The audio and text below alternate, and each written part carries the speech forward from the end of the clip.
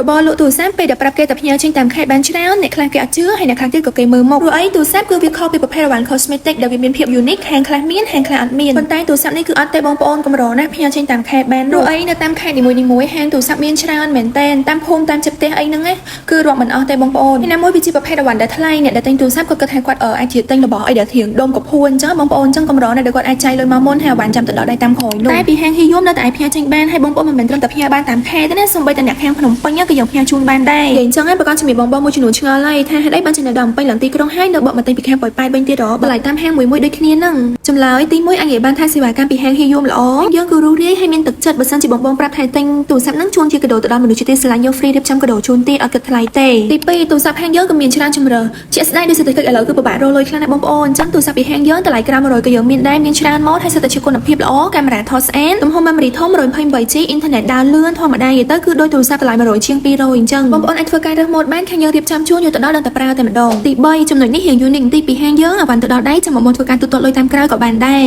ទី4ពាក់ព័ន្ធជាមួយនឹងអាវ៉ាន់ថែមយើងថែមជូនបងចន្លោះពី10ទៅ12មុខហើយនឹងមានច្រើនជាងនឹងតាមប្រភេទតម្លៃទូរស័ព្ទចូលមកដល់ចំណុចចុងក្រោយពាក់ព័ន្ធជាមួយនឹងសេវាដឹកបងធ្វើការទិញអាចចាប់ពី$25ហ្វ្រីសេវាដឹកទូទាំងប្រទេសជូនបងតែម្ដងមូលហេតុទាំងអស់ហ្នឹងហើយបានជាអាវ៉ាន់របស់យើងអាចចេញតាមខេត្តបានច្រើនមែនតើអញ្ចឹងហើយសម្រាប់បងអ្នកដែលតាមដានយូរហើយចង់ទិញបងអាចធ្វើការ order បានណា